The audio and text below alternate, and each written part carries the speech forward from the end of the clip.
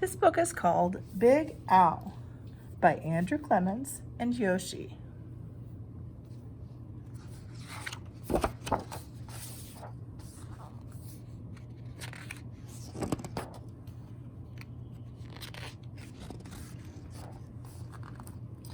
In the wide blue sea, there was a very friendly fish named Big Owl. You could not find a nicer fish.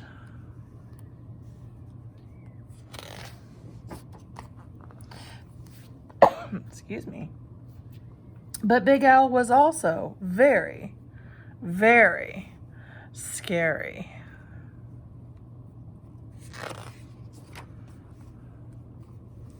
Other fish seemed to have at least one friend. Some had many, but Big Owl had none. He did not really blame the other fish.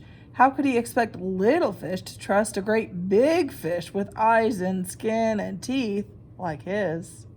So Big Owl was lonely and cried big salty tears into the big salty sea.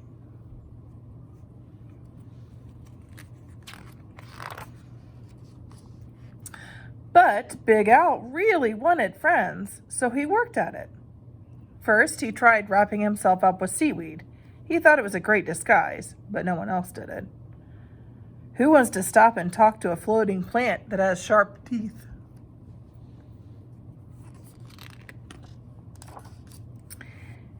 Then he thought that if he puffed himself up round, the other fish would laugh and see how clever and silly he could be.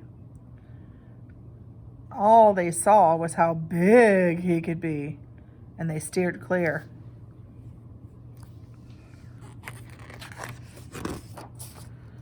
Very early one morning, Big Owl went down to the bottom and flopped and wiggled himself into the sand until he was almost covered up. He looked much smaller. When the other fish came near, Big Owl talked and joked with them and laughed and had a delightful time. But then one scratchy little grain of sand got stuck in his gills, and he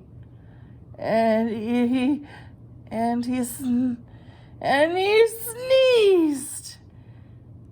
When the clouds of sand cleared away, all the other fish were gone.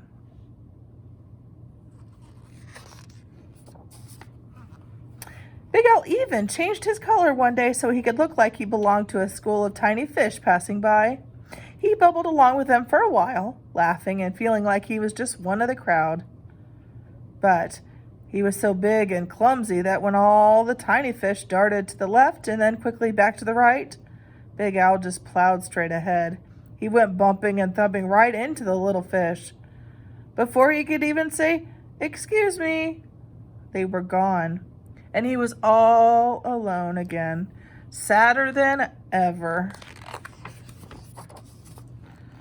Just when Big Owl was starting to be sure that he would never have a single friend, something happened. He was floating along sadly, watching some of the other smaller fish and wishing they would come closer. As he watched, a net dropped down silently from above. And in an instant, they were caught.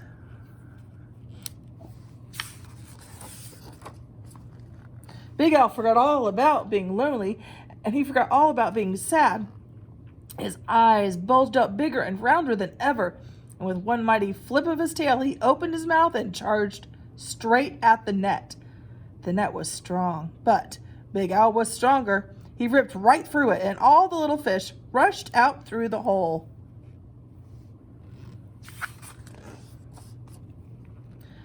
But when Big Owl tried to turn around and go out of the hole, he got all tangled up in the net. He was stuck.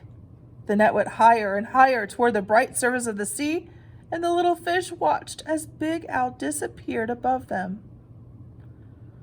When the little fish were able to speak again, all they talked about was the huge, wonderful fish that had saved them.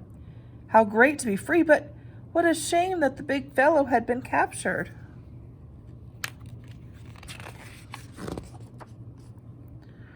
Just then there was a tremendous crashing splash above them, and the small fish dashed away. Was it that net again? Not at all. It was Big Owl. Those fishermen took one look at him, and they threw him right back into the ocean.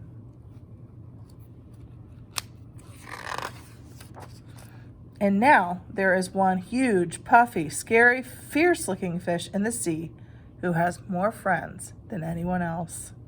Big Al.